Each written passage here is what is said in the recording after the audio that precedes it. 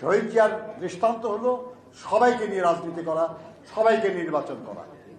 বন্ধুরা আমার, আর তিনি বলেছিলেন যে আমি জনগণের গণতন্ত্র চাই, যে গণতন্ত্রে সব মানুষ অংশগ্রহণ করতে পারে। তিনি স্থানীয় সরকার নির্বাচন করেছিলেন। এই সময়টা খুব গুরুত্বপূর্ণ ছিল। 1975-এর পরে তিনি যেমন খাল খনন কর্মসূচি করছিলেন, তিনি তেমনি সমবায়ের উৎসাহিত করছিলেন। প্রায় 50,000 সমবায়ীকে তিনি প্রশিক্ষণ দিয়েছিলেন। একটু আগে শুনেছেন আপনারা, একজন বলেছে যে যুবকদের জন্য আলাদা মন্ত্রণালয় করা হয়েছিল, তাদের প্রশিক্ষণ করা হয়েছিল। এবং এই যুবক মানে কিন্তু পুরুষ না, খালি নারীও, তাদের প্রশিক্ষণ দেওয়া হয়েছিল। তিনিই প্রথম এই যে গ্রাম প্রতিরক্ষা দল ভিডিপি, এটা তার করা। এবং তিনি এটা করতে চেয়েছিলেন 1 কোটি সদস্য হবে, তার 30 লাখ হবে মহিলা। সারা দেশের সকল গ্রামে ভিডিপি থাকবে এবং এটা হবে আমাদের স্বাধীনতা রক্ষা, সার্বভৌমত্ব রক্ষার একটা গুরুত্বপূর্ণ বিষয়। আমরা একটা হারিয়েছি তাকে আমরা, তিনি আজ আমাদের মাঝে নাই। কিন্তু তার যে কর্ম, তার যে কর্মসূচি, তার যে চিন্তা, 7ই নভেম্বরের প্রেক্ষিতে যে নতুন যাত্রার সূচনা হয়েছিল, সেগুলোকে আগামী দিনে আমাদেরকে নিয়ে যেতে হবে আর কি। তিনি চেয়েছিলেন সবার জন্য উন্নয়ন, সকলের জন্য উন্নয়ন, কতিপয়ের জন্য না। বাংলাদেশে তো গত কিছু বছরে কোটিপতির সংখ্যা সাংঘাতিক রকমের বেড়েছে। বিশ্বের বহু দেশের চেয়ে বাংলাদেশে কোটিপতির সংখ্যা বেড়েছে বেশি। অথচ বাংলাদেশের কোটি কোটি মানুষ আরো বেশি দরিদ্র হয়েছে। এই যে উন্নয়ন, এই উন্নয়ন অসম উন্নয়ন।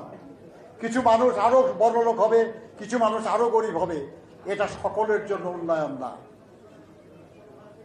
শহীদ জিয়া চেয়েছিলেন সকলের জন্য উন্নয়ন, আর সেই জন্যই তিনি কর্মসংস্থানের ব্যবস্থা করছিলেন দেশে এবং বিদেশে। সেই জন্য তিনি শিল্প করেছিলেন, যে শিল্পগুলিতে লোকের বেশি লাগা লাগে।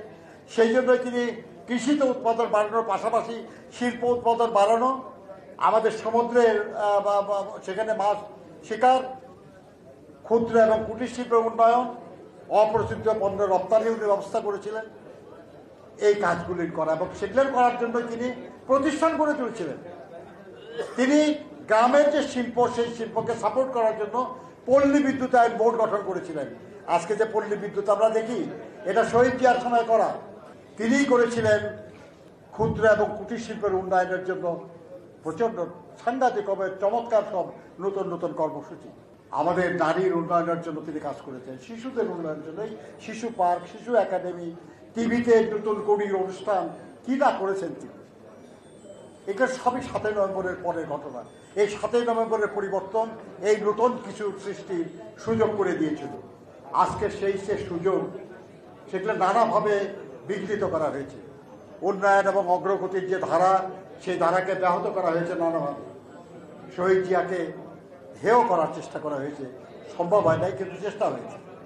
বন্ধুরা আমার, কিছুদিনের মধ্যেই নির্বাচনের একটা অবস্থা আসছে। আমাদের ভাবতে হবে, যদি আমরা বিশ্বাস করি যে শহীদ জিয়া এবং বিএনপি নতুন কিছু দেয়, নতুন এবং যুগান্তকারী দীর্ঘস্থায়ী উন্নয়নের জন্য কাজ করে, তাহলে আগামী দিনে বিএনপির পক্ষ থেকে যাদেরকে মনোনীত করা হবে, তাদের বিজয়ী করার জন্য সবাই মিলে কাজ করতে হবে। বন্ধুরা আমার, মনে রাখবেন একটা জিনিস, সুযোগ খুব বারবার আসে না। 31 দফার যে কর্মসূচি ঘোষণা করা হয়েছে, আপনারা নিশ্চয়ই দেখেছেন। সেখানে সব শ্রেণী পেশার মানুষের কথা বলা আছে, শ্রমিকদের কথা বিশেষ করে বলা আছে। আমরা যদি এই পরিবর্তনে আমাদের পক্ষে নিয়ে আসতে পারি, তাহলে আমাদের আকাঙ্ক্ষা অনেক কিছুই পূরণ হবে। যেগুলো শহীদ যা শুরু করেছিলেন, আমরা সেগুলো শেষ করার চেষ্টা করতে পারব।